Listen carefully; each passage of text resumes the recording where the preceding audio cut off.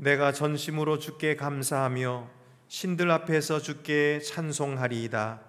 내가 주의 성전을 향하여 예배하며 주의 인자하심과 성실하심으로 말미암아 주의 이름에 감사하오리니 이는 주께서 주의 말씀을 주의 모든 이름보다 높게 하셨음이라. 내가 간구하는 날에 주께서 응답하시고 내 영혼에 힘을 주어 나를 강하게 하셨나이다. 여호와여, 세상의 모든 왕들이 주께 감사할 것은 그들이 주의 입의 말씀을 들음이오며 그들이 여호와의 도를 노래할 것은 여호와의 영광이 크심이니이다. 여호와께서 높이 계셔도 낮은 자를 굽어 살피시며 멀리서도 교만한 자를 아심이니이다.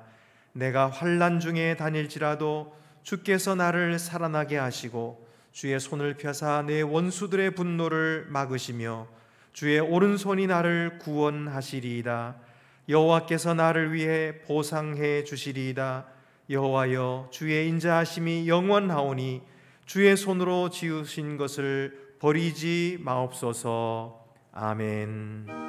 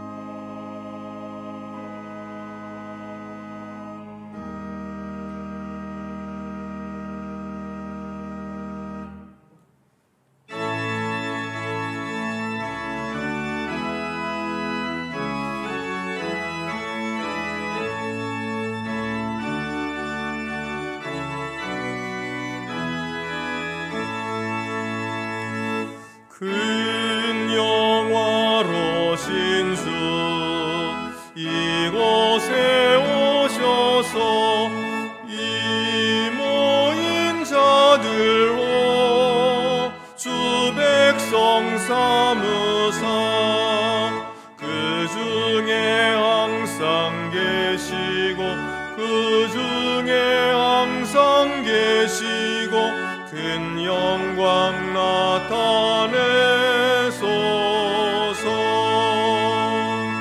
이 백성 기도와 또 예물 드림이 향내와 같으니 곧 받으옵소서. 주 예수 크신 복음을 주 예수 크신 복음을 만 백성 듣게 하소서.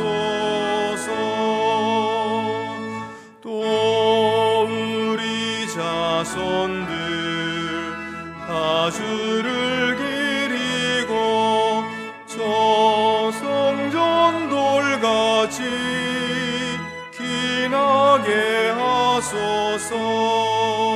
주 구원하신 능력을 주 구원하신 능력을 늘 끝날까지 주소서.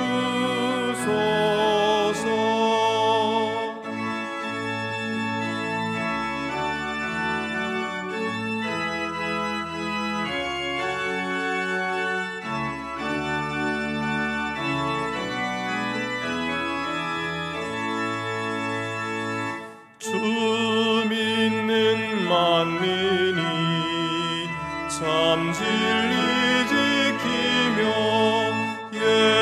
예성도들 같이 주 찬송하다가 저 천국 보좌 앞에서 저 천국 보좌 앞에서 늘 찬송하게 하소서.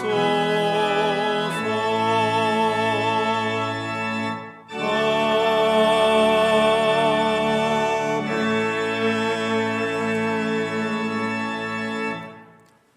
우리 죄를 사하시는 자비하신 하나님, 저희는 주님 앞에 나올 수 없는 부끄러운 죄인들이었습니다.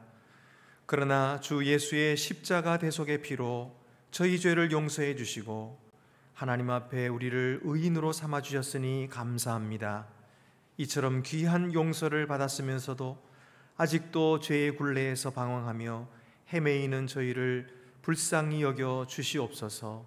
성령의 감동을 외면하고 육신의 욕망을 따라 산 것을 용서해 주시옵소서. 자원하여 주를 섬기기보다는 의무감에서 마지 못하여 주의 일을 행한 것을 용서하여 주시옵소서. 하나님께 인정받기보다 사람의 인정을 더 바라고 사람의 평판에 일이 일비한 것을 용서해 주시옵소서. 이제 주의 크신 자비하심으로 저희를 새롭게 빚어 주시옵소서. 지금은 하나님과 나만이 아는 죄를 생각하며 묵묵히 참회의 기도를 계속합니다.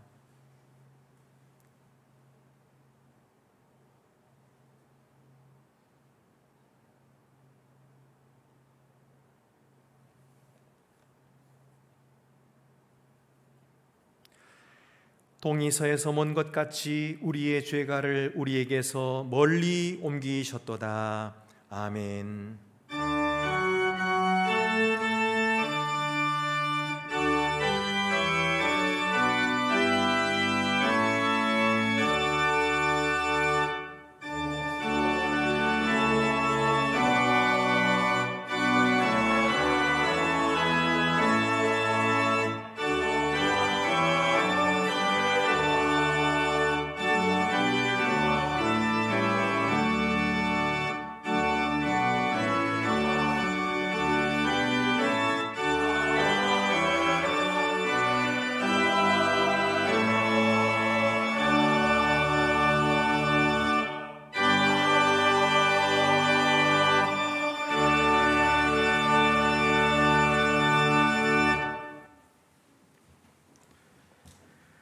사랑이시고 은혜이신 하나님, 새해를 서설로 열어주시어 마음속에 벌써 풍족한 회복과 일상의 회복이 기대되어 서설만으로도 가슴이 따뜻하여집니다.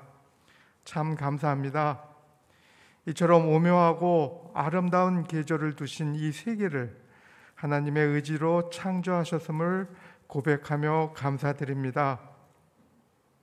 하나님, 주님의 백성들 참 지독하고 고약한 광야를 2년이 지나도록 지나고 있습니다. 교회를 통하여 이끌어 주시는 귀한 주님의 백성들이 이럴 때 건너멈하여 죽음에 이르지 않도록 보호하여 주시고, 마음과 눈과 귀와 특히 돌부리에 걸려 넘어지게 하는 우리의 입을 보호하여 주시옵소서. 선한 사람을 모욕하는 자들, 정의의 가치를 모르는 자들, 선을 위한 의로운 심판에 가담하지 않는 자들, 억눌린 자들을 위해 애쓰지 않는 자들, 가난한 자를 불법으로 심판하는 자들, 온통 죄악에 물든 이런 일들을 멀리할 수 있도록 보호하여 주시기를 소망합니다. 우리가 주님의 십자가를 다 칠 수 없다면 할 수 있는 것부터 하나씩 해나갈 수 있는 용기와 지혜를 주시기를 소망합니다. 사분오열되어서 흩어진 교회들이 온 들판에 밀꽃으로 피어지기를 소망합니다. 그리하여 온 들판에 흩어져 있던 밀이 한 군데에 모여서 귀한 빵이 된 것 같처럼 온전한 그리스도의 몸된 교회들이 다 되기를 소망합니다. 꽃이 지기로 서니 바람을 탓하려는 식기처럼 이 사회가 교회를 구원하는 이 시국을 누구를 탓하겠습니까? 우리의 굳은 마음을 열어주시고 어두워 앞 못 보는 눈을 환히 열어주시기를 소망합니다. 하나님, 움직이는 동영상을 보면 뇌가 멈추고 멈춘 활자를 펴면 뇌가 활발하게 일을 한다고 합니다. 스스로 생각할 능력이 쌓여간다고 합니다. 새로 계획하고 시작하려는 교회 학교에서, 가정에서 하나님이 주신 축복인 아이들이 동영상을 편 것이 아니라 책을 펴주듯이 이렇게 하나씩 잘 살펴가며 양육되어지기를 소망합니다. 어지러운 시대에 교활한 말로 믿음을 흔드는 시기에도 흔들리지 않는 굳은 신앙인으로 성장되어지기를 소망합니다. 하나님, 사람들은 늘 자기에게 도움이 되는 하나님, 내 인생 성공을 위해 나를 위해 일하시는 하나님, 내가 조종할 수 있는 하나님, 내 기대와 내 이성의 한계 안에 가둘 수 있는 하나님을 기대합니다. 그러나 내 인생 계획에서 하나님이 사용될 수 없을 때 성문 밖 골고다 언덕으로 쫓겨납니다. 그러나 이제 평생 내 인생보단 교회의 성장을 위하였고 하나님의 말씀에 순종을 우선하셨고 내 이성을 넘어서 말씀으로 세상을 보셨고 이미 1990년에 특별 신앙운동을 전개하여 환경보전과 통일, 경제정의운동, 사회선교운동을 실천하신 믿음의 선배님들의 귀한 지혜의 삶에 조용히 귀를 기울이며 교회가 다시 한번 이런 신앙운동 위에 서기를 소망합니다. 하나님, 올 한 해 이렇게 교회가 사라지기를 소망합니다. 교제와 삶의 나눔이 있는 교회가 되기를 소망합니다. 하나님, 교회는 하나님이 그리스도를 통해 계시하시는 것을 잘 전해야 한다고 하셨습니다. 이 강단에서 설교되어지는 말씀을 통하여서 이 교회의 긴 역사를 통하여 하시는 계시에 공동체 모두가 귀를 잘 기울이며 삶 속에서 하나님의 계시가 잘 전하여지기를 소망합니다. 진화 작업을 하다가 순직한 소방관들과 애통해야 하는 소방관 가족들을 위한 기도가, 작업장에서 일터에서 숨져가는 우리의 아버지와 남편들과 아들, 딸들을 위한 기도가, 혼자 사시며 병마의 충격과 고통을 마주해야 하는 현실에 처해진 이들을 위한 기도가 이 교회에서 기도되어지기를 소망합니다. 하나님, 우리가 드리는 기도가 우리 것으로 채워진다면 그저 인간의 말뿐입니다. 이 예배를 통하여서, 침묵을 통하여서 하나님의 음성을 듣기를 소망하며 나사렛 예수 그리스도의 이름으로 기도합니다. 하늘에 계신 우리 아버지, 아버지의 이름을 거룩하게 하시며 아버지의 나라가 오게 하시며 아버지의 뜻이 하늘에서와 같이 땅에서도 이루어지게 하소서. 오늘 우리에게 일용할 양식을 주시고 우리가 우리에게 잘못한 사람을 용서하여 준 것 같이 우리의 죄를 용서하여 주시고 우리를 시험에 빠지지 않게 하시고 악에서 구하소서. 나라와 권능과 영광이 영원히 아버지의 것입니다. 아멘.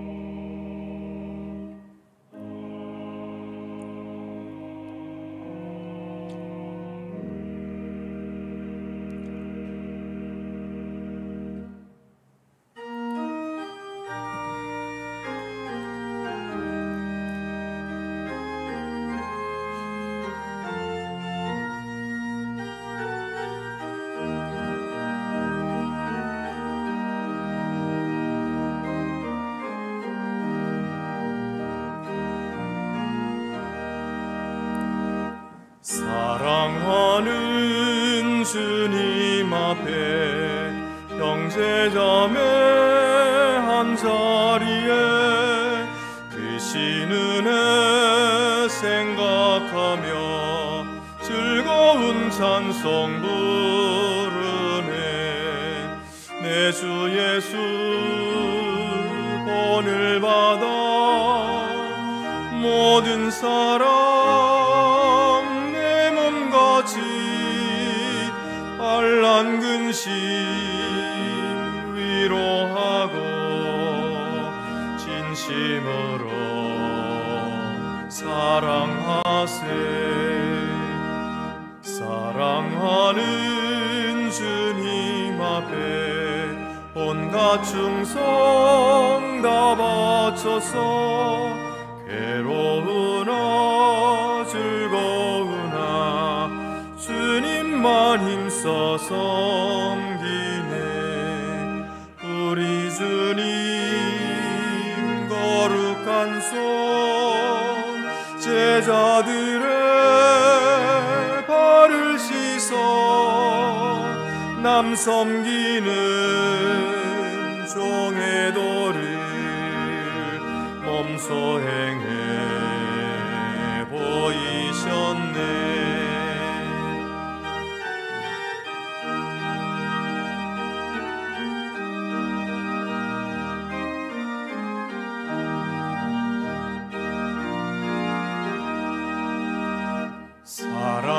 사랑하는 주님 예수 같은 주로 섬기나니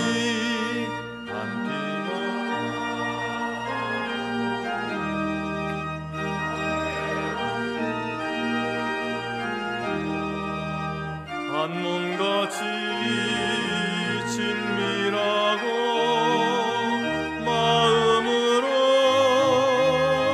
하나 되어 우리 주님 크신 뜻을 지성으로 준행하세. 주보를 보시고 봉헌 드리시겠습니다. 주 우리 하나님께 감사함으로 예물을 드립시다.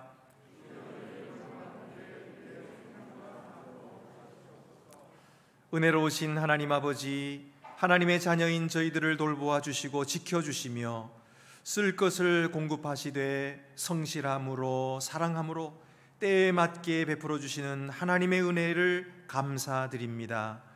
코로나의 엄중한 위기 속에서도 저희를 지켜 보호하여 주셨고 견디고 버틸 힘을 주셔서 여기까지 오게 하심도 감사드립니다. 앞으로도 이 긴 터널을 얼마나 더 지나야 할지 아무도 아는 자가 없사오나 주께서는 아시고 계시며 또한 저희를 위하여 선한 일을 예비해 놓으신 줄 믿습니다. 믿음으로 인내하여 마침내 승리를 얻게 하여 주시옵소서. 마리아가 가장 귀한 옥합을 깨뜨려서 주님의 발에 부은 것처럼 저희도 작고 보잘것없는 예물이지만 힘을 다하여 주께 드리오니 기쁘게 받으시오며 바치는 손길들 위에 복을 베풀어 주셔서 너그러이 베풀고 쓰는 일에 부족함이 없게 채워 주시옵소서. 우리 주 예수 그리스도의 이름으로 봉헌기도 드립니다. 아멘. 모두 자리에 앉으시겠습니다.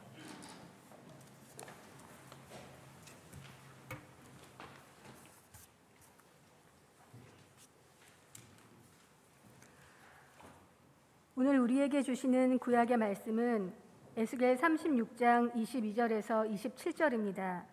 구약 성경 1208쪽에 있습니다.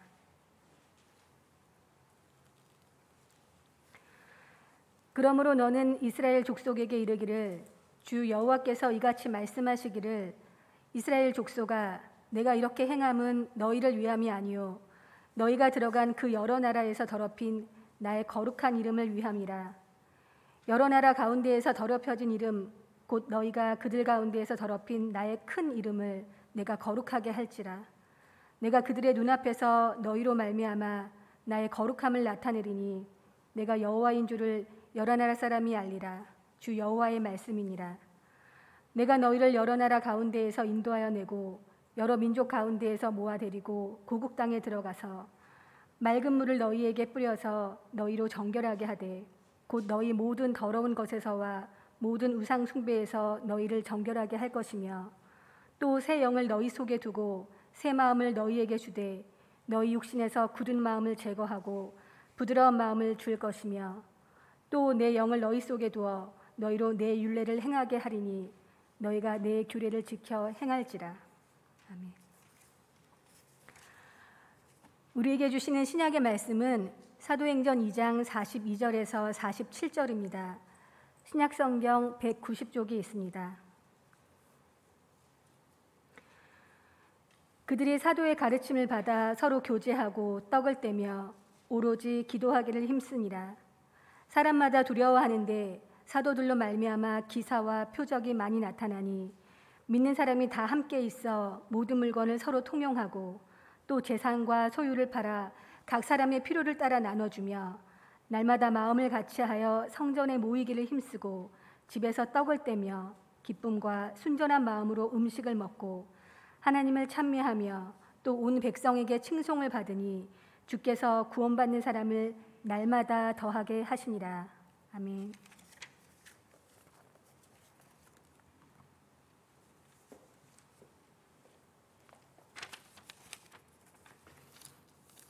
우리에게 주시는 복음서 말씀은 요한복음 13장 34절에서 35절입니다. 신약 성경 171쪽에 있습니다. 새 계명을 너희에게 주노니 서로 사랑하라. 내가 너희를 사랑한 것 같이 너희도 서로 사랑하라. 너희가 서로 사랑하면 이로써 모든 사람이 너희가 내 제자인 줄 알리라.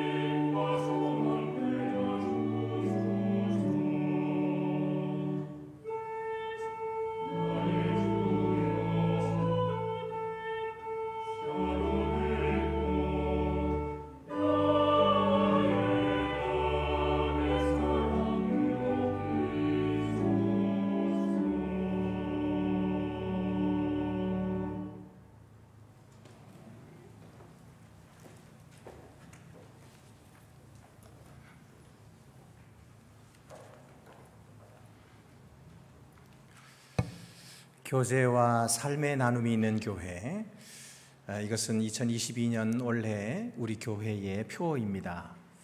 이 표어는 제가 만든 것이 아니고 저와 우리 당회원들이 많은 시간 논의를 거쳐서 결정한 그런 표어입니다.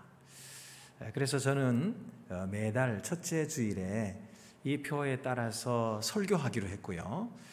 그리고 우리 장로님들과 우리 모든 성도들께서는 이 표를 따라서 올 한 해 동안 정말 가장 행복하고 아름다운 천국을 이루어 수 있도록 우리 실천하기로 그렇게 이제 우리가 함께 정한 그런 주제입니다. 오늘도 이제 2월 첫째 주일이 되어서 교제로 하나 된 교회 이런 제목으로 하나님 말씀을 함께 나누려고 합니다. 교회는 예배를 드리는 곳이지요. 교회의 5가지 이 사명 가운데 제일 우선되는 사명이 바로 예배입니다. 하나님을 만나서 예배하는 것보다 더 우선해야 할 일은 없는 것입니다. 무슨 봉사를 하더라도 또 무슨 일을 하더라도 먼저 예배를 드리고 해야 됩니다.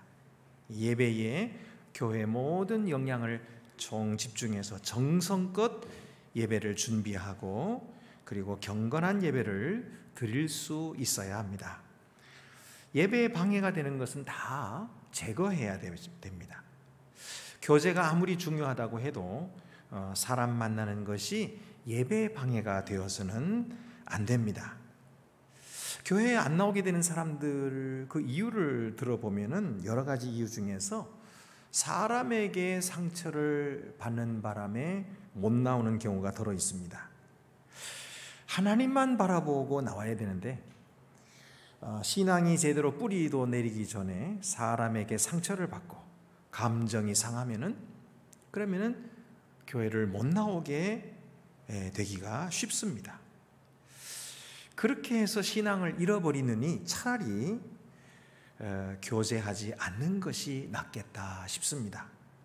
가급적이면 사람 만나지 말고 예배만 드리고 피치 못해 만나더라도 그저 인사하는 정도로 알고 지내는 것이 좋습니다.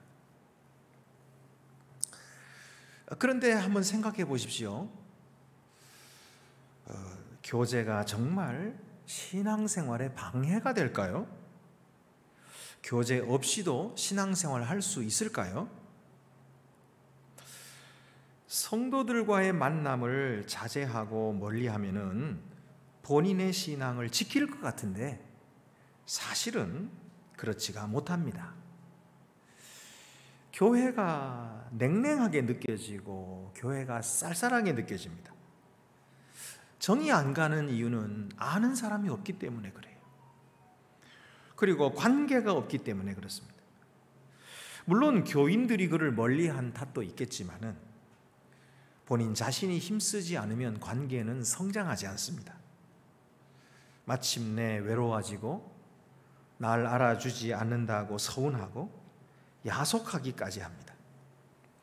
그러다가 다른 교회에서 아주 친절하게 자기를 잘 따뜻하게 맞이해주면 그 교회로 옮겨버리게 되는 것이죠. 자칫 잘못하면 일반 교회보다도 더 끈끈한 관계를 맺는 신천지나 이단에 빠질 수도 있습니다. 결국 교인들의 관계를 멀리 하자니 쓸쓸하고 고독하고 그렇다고 가까이 하자니 또 상처를 받을 것 같아서 두렵습니다. 어떻게 하면 좋을까요? 오늘 우리가 읽은 이 본문은 본래 교회의 모습이 어떠했는지를 말해줍니다. 그리고 성도들은 어떻게 살았는지를 보여줍니다. 그들의 삶의 모습은 오늘 우리 교회들이 되찾아야 할 신앙적 삶의 스타일입니다.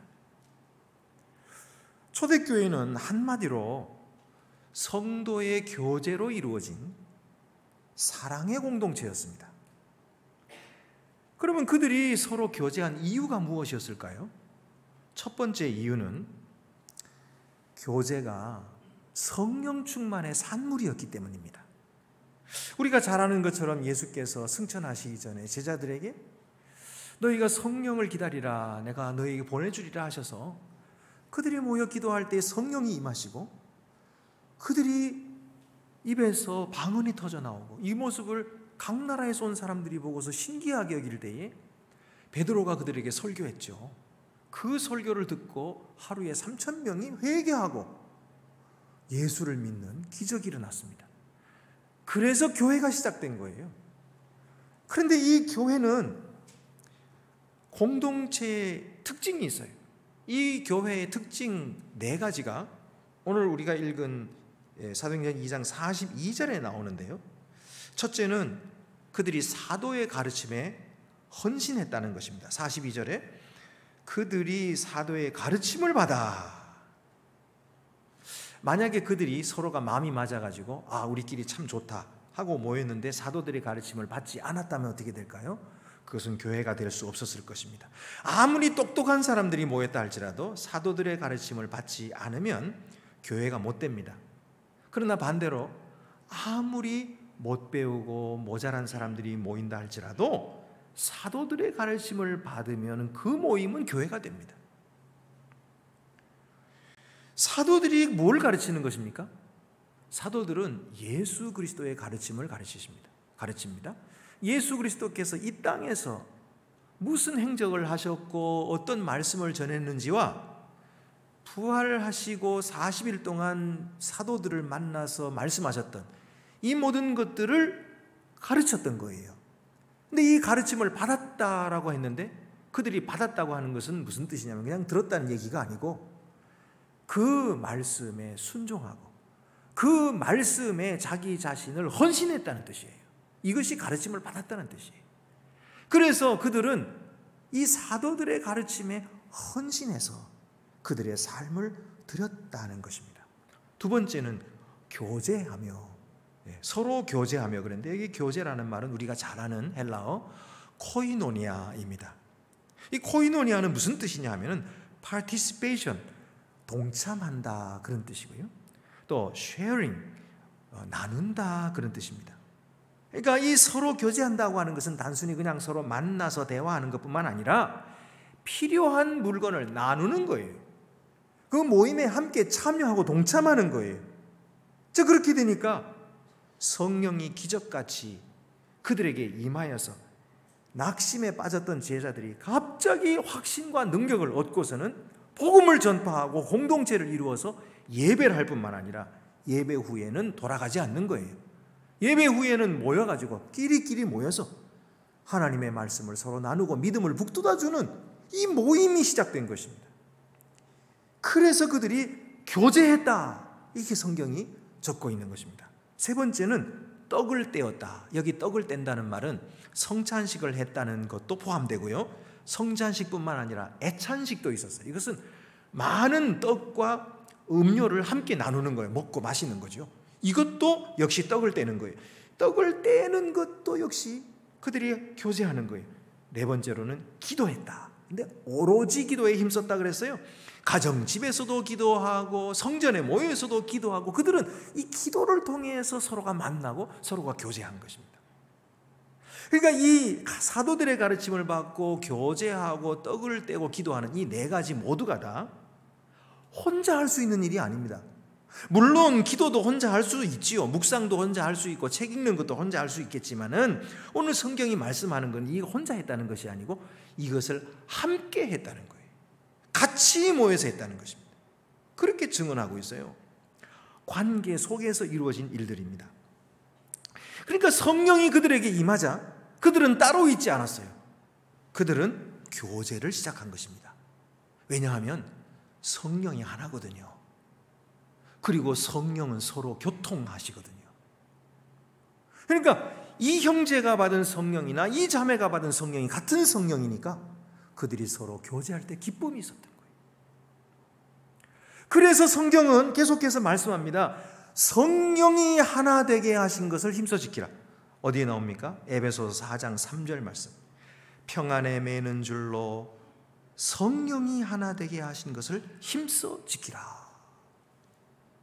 성령이 임하면요 하나 되게 하세요. 왜냐하면 성령은 하나님의 영이시거든요. 그들은 모두 같은 하나님을 섬기고 있는 거예요.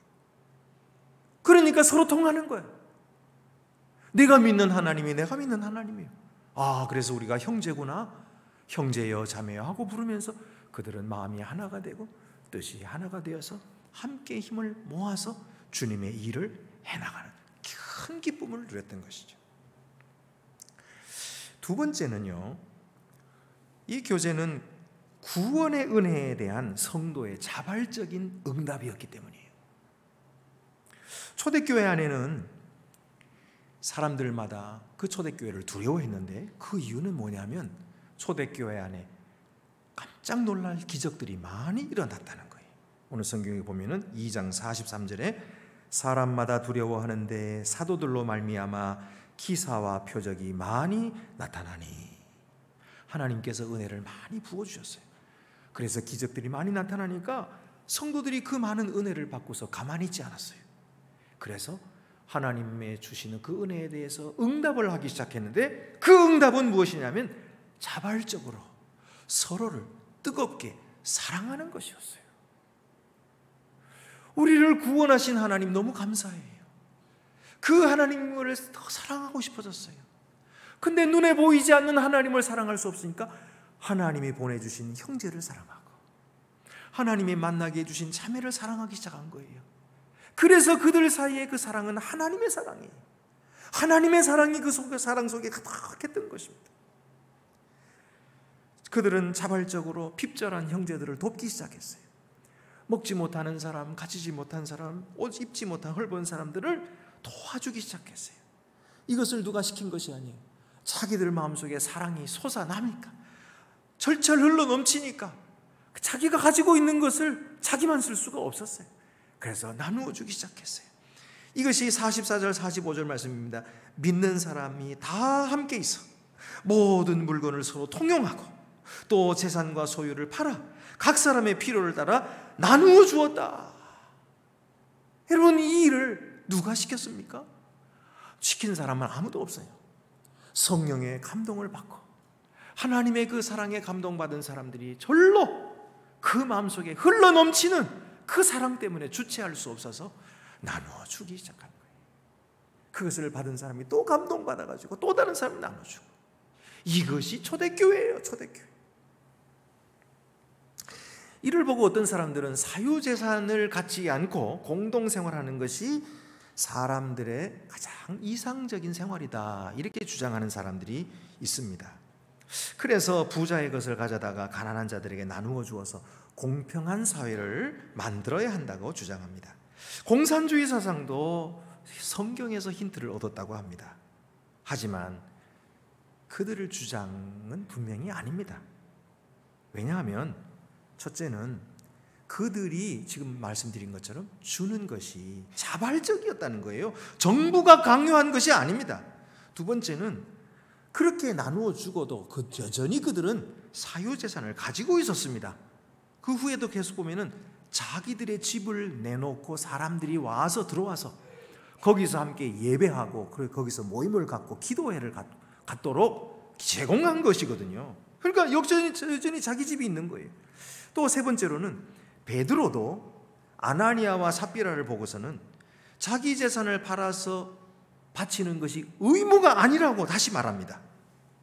그러니까 이 공산주의의 이론과 아주 대조적으로 사유재산의 폐지에 대해서 성경이 명령하거나 또는 그것을 은근히 이렇게 암시하고 있는 그런 구절이 전혀 없어요. 그것이 아닙니다. 그들은 개인의 것은 개인의 것이에요. 그런데 그 개인의 것을 내 것이다 주장하는 것이 아니라 그것을 내놓고 함께 쓰기 시작했다는 거죠. 다른 사람도 내 것을 쓸 수 있도록 허락했다는 거예요. 다른 쓰는 사람도 역시 그것이 그 사람 것인 줄 알지만 그가 주는 그것을 고맙게 여기고 썼다는 거예요. 이것이 사랑이에요. 그러므로 기독교에서 말하는 나눔의 삶이란 어디까지나 강제가 아닌 자발적인 행동이며 의무가 아닌 사랑에 기초하고 더 나아가 재물보다 하나님을 의지함으로 너그러이 재물을 베풀어주는 이 관용에 기초한 공동체인 것입니다. 디모데전서 6장 17절부터 19절을 보면은 네가 이 세대에서 부한 자들을 명하여 마음을 높이지 말고 정함이 없는 재물에 소망을 두지 말고 오직 우리에게 모든 것을 후이주사 누리게 하시는 하나님께 두며 선을 행하고 선한 사업을 많이 하고 나누어 주기를 좋아하며 너그러운 자가 되게 하라. 이것이 장래에 자기를 위하여 좋은 터를 쌓아 참된 생명을 취하는 것이니라. 사도 바울이 젊은 목회자 디모데에게 이와 같이 권면합니다. 그래서 너희 교회에 부한 자가 있다면 그 부한 자가 자기의 부를 자기만을 위해서 쓰도록 그래 내버려 두지 말고 그를 잘 권해가지고 선한 일에 부한 자가 되도록 해라. 너그럽게 쓰도록 해라. 그래서 그것이 바로 영원한 생명을 위해서 쌓는 것임을 알도록 해라. 이렇게 가르쳐 줄 것입니다.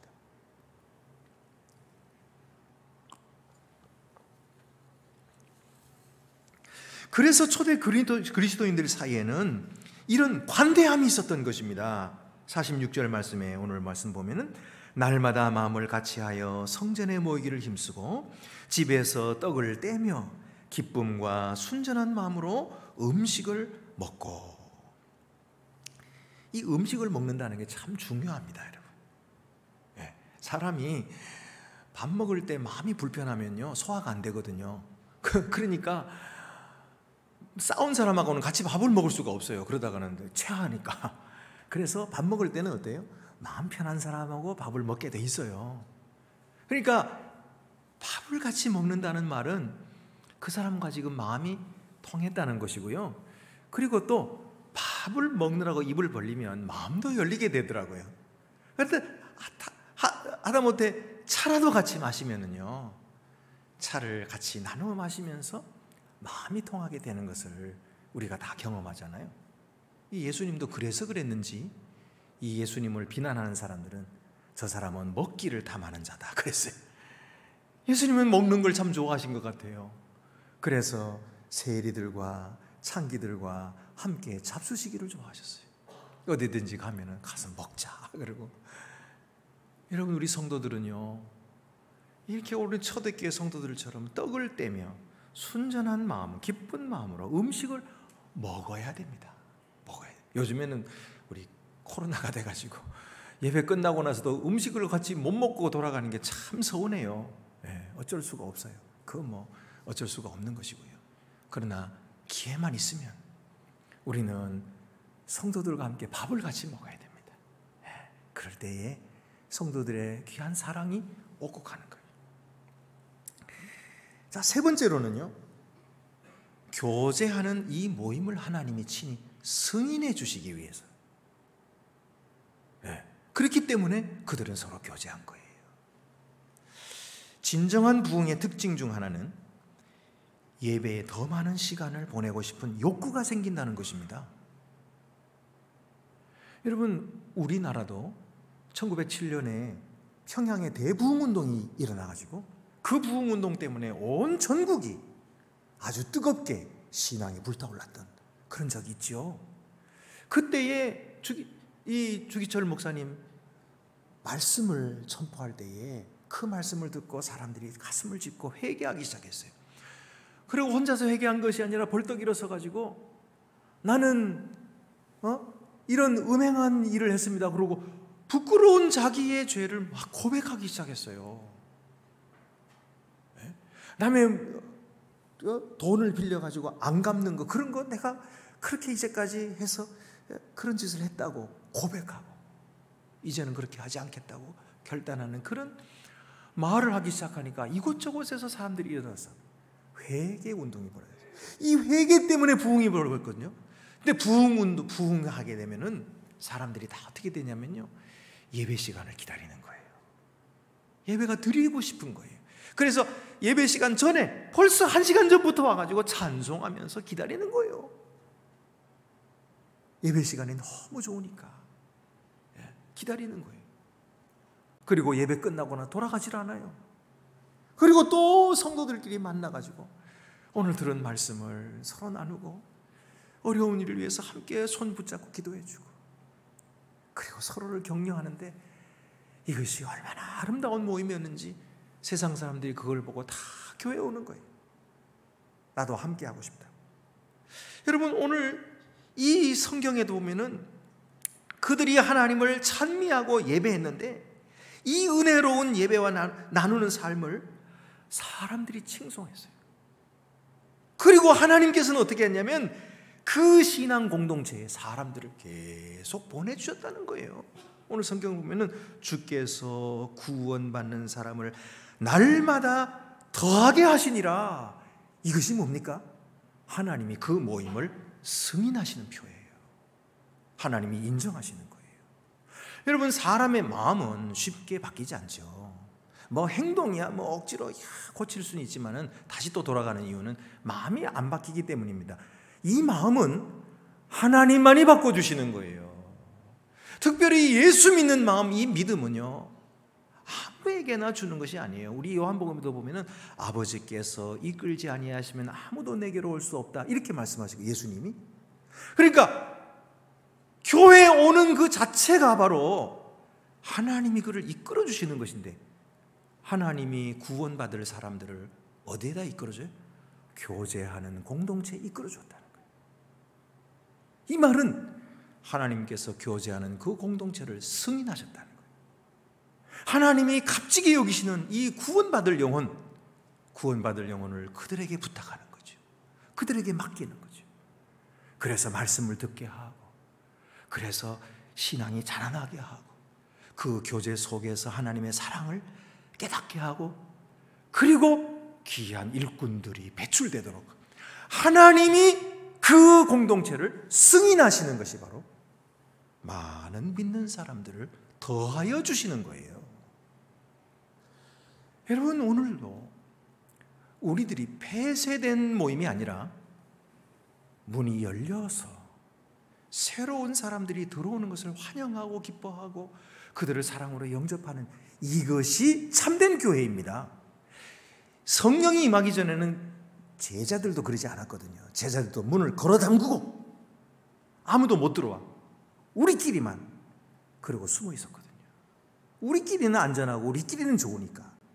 그런데 이 끼리끼리 했던 것이 성령이 임했으니까 그냥 터져버렸어요. 그래서 문을 활짝 열고 누구든지 들어오라, 다 오라. 그래서 3,000명이 회개하고 돌아와. 그래서 하나님의 교회를 이루어갑니다. 여러분, 교회의 특징은 하나님께서 믿지 않는 사람들을 보내주시는 거예요.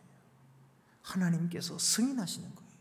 하나님께서 그 교회를, 그 모임을 인정하시고 사랑하신다는 것을 드러내 주시는 것이죠. 성도들은 이 구원받은 기쁨으로 하나님께 응답하는 아름다운 모임을 만드는데, 어쩌다가 우연히 이것이 된 것이 아니에요.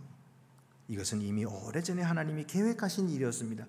주의 영을 내리실 때에 이런 일이 벌어질 것이라고 주님께서 약속하셨거든요. 에스겔서 36장 26절에 또 새 영을 너희 속에 두고 새 마음을 너희에게 주되 너희 육신에서 굳은 마음을 제거하고 부드러운 마음을 줄 것이며, 이미 에스겔을 통해서 예언의 말씀을 주셨어요. 영이, 하나님의 영이 임하면 그들에게 딱딱하게 굳었던 마음, 이 딱딱하게 굳은 마음으로는 걱정하고 염려하고 믿지 아니하고 이거밖에 없어요. 그러나 주님의 영에 감동이 되니까 스르르 풀려가지고, 그래서 웃고 즐거워하고 믿으니까, 하나님 믿으니까 걱정이 사라지고, 그리고 서로 의지하고 사랑으로 나누기 시작하는 거죠. 부드러운 마음을 줄 것이다. 이것이 바로 하나님이 만들어주시는 그런 공동체였습니다. 할렐루야. 예수께서 제자들을 떠나서 하늘로 가시기 전에 작별 강화를 하셨어요. 이것이 이제 요한복음 13장부터 나오는데요. 그 말씀 중에서 예수님 하신 말씀이, 장차 나를 따른다고 하는 제자들이 많이 생길 거야. 그런데 그들이 나를 주님이라 그러고 따르고 내가 예수의 제자다 그렇게 말하겠지만 진짜 예수님의 제자인지 아닌지를 구별해야 된다. 진짜가 아닐 수도 있다는 거예요. 근데 그걸 어떻게 구별하느냐? 오늘 성경 말씀에 이렇게 말씀하셨어요. 새 계명을 너희에게 주노니 서로 사랑하라. 내가 너희를 사랑한 것 같이 너희도 서로 사랑하라. 너희가 서로 사랑하면 이로써 모든 사람이 너희가 내 제자인 줄 알리라. 그 제자됨의 표지는 무엇이냐면 서로 사랑해요. 서로 사랑하면 내 제자고 서로 사랑하지 않으면 내 제자가 아니라는 거예요. 그래서 너희가 그걸로 구분하라. 참 내 제자는 서로 사랑하게 될 거야. 여러분, 만약 우리가 아무리 거룩한 예배를 하나님께 드린다고 해도 우리가 서로를 사랑하지 않고 못 본 척 지나친다면 그들은 진정한 그리스도의 제자라 할 수 없을 것입니다. 그러나 만약 우리가 비록 배운 것이 없고 가진 것이 없고 사회적인 지위가 없을지라도 서로 사랑한다면 우리는 진정한 그리스도의 제자입니다. 여러분, 이 말씀에 비추어 보면 오늘 우리 교회 성도들은 예수의 제자입니까? 아닙니까? 예수의 제자가 되고 싶습니까? 되고 싶지 않습니까? 이게 너무 어리석은 질문이죠. 계신 분이 왜 예수의 제자가 되지 않으려 하겠어요? 다 예수님의 제자가 되기를 원하지요. 그렇다면 우리가 할 일은 분명해졌어요. 서로 사랑하는 것입니다. 물론 어려워요. 앞으로 제가 이 부분에 대해서 사람과 사람 사이에 생길 갈등을 어떻게 할 것인가에 대해서 앞으로 계속해서 설교해 나가겠습니다만은 어쨌든 우리의 마음속에는 사랑이 필요해요. 이 사랑하는 것이 우리가 예수의 제자임을 드러내는 것입니다. 그러므로 우리가 함께 모여서 예배할 때에 서로의 사랑, 이것을 함께 나누는, 함께 먹고 서로 받아주고 새로운 사람을 환영하고 영접하고 우리 중에 한 사람으로 끼워주고 그리고 예수의 사랑을 나누는 이 모임이 우리 교회 더욱더 많이 이루어질 수 있게 되기를 바랍니다. 기도드리시겠습니다. 은혜로우신 하나님 아버지, 오늘도 저희들을 함께 주 앞에 모아주셨습니다. 그리고 예배하게 하셨습니다. 주여, 지금은 우리가 코로나 때문에 잘 만나진 못하지만 주님, 언젠가 이 코로나가 끝나갈 때에 우리의 모임이 다시 새롭게 생겨나게 해주시고 살아나게 해주시고 불붙게 하여 주셔서 참된 그리스도의 제자임을 드러내고 참된 하나님의 교회임을 알리게 하여 주시옵소서. 우리 주 예수 그리스도의 이름으로 기도드립니다. 아멘. 나는 전능하신 아버지 하나님 천지의 창조주를 믿습니다. 나는 그의 유일하신 아들 우리 주 예수 그리스도를 믿습니다.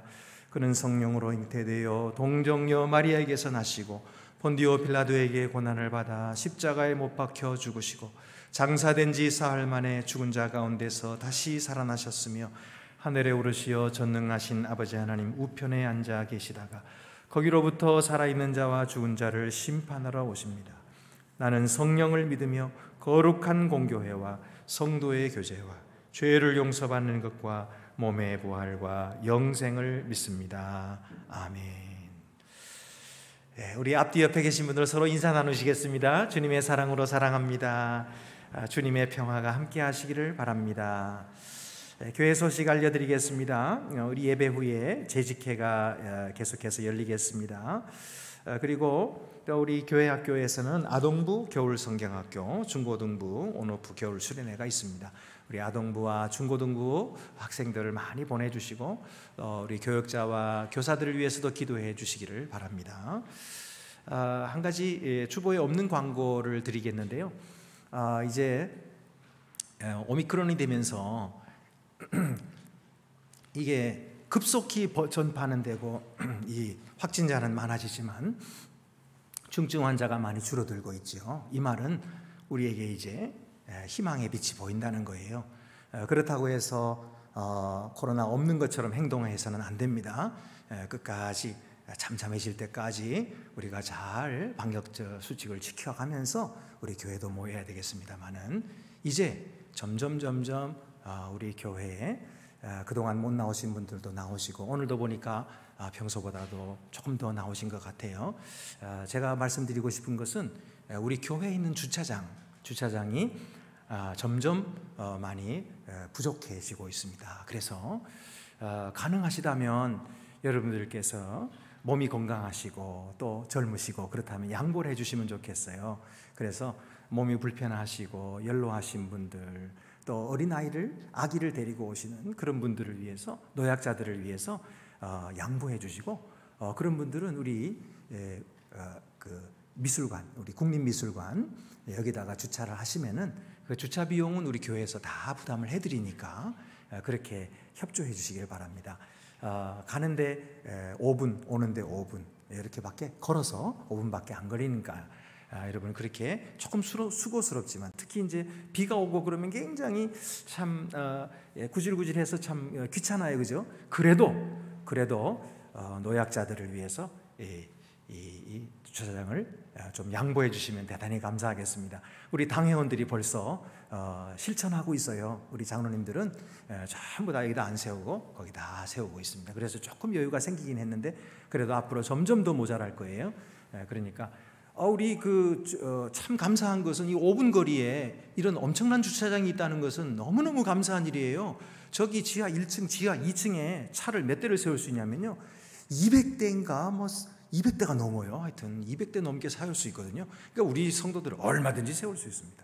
그러니까 우리 교회는 다른 교회보다도 참 특별히 하나님이 축복해 주신 교회예요. 그러니까 그렇게 아시고 내가 조금 더 걷는다, 걸으면 더 건강해지니까 더 그렇게 함께 협조해 주시면 대단히 감사하겠습니다. 그 외에 다른 광고는 주보를 참고하시기를 바라고, 이제 우리 다 같이 자리에서 일어나셔서 위탁의 말씀과 함께 파송의 찬송 1절만 부르도록 하겠습니다.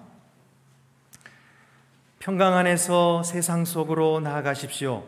마음을 다하고 목숨을 다하고 뜻을 다하여 주 하나님을 사랑하십시오.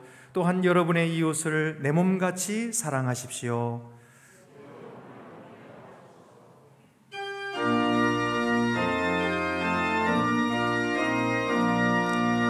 주님의 평화가 우리의 만남 속에 넘치게 하소서, 넘치게 하소서. 평화의 주여, 평화의 주여, 주님의 나라가 우리 가운데 샘솟게 하소서.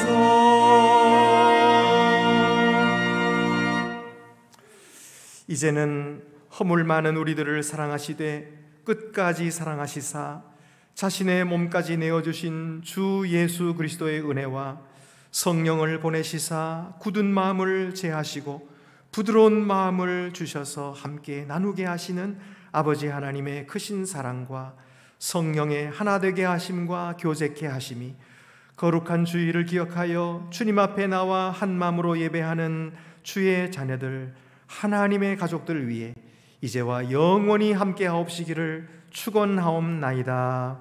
아멘.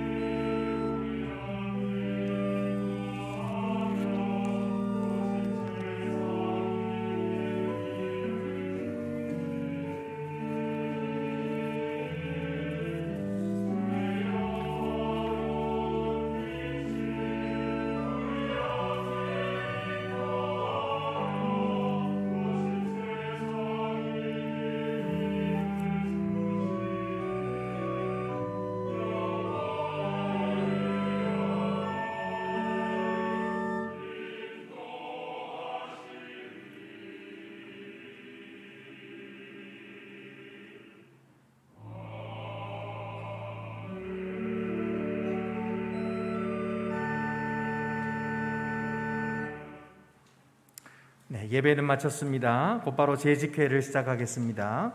찬송가 218장을 부르심으로 재직회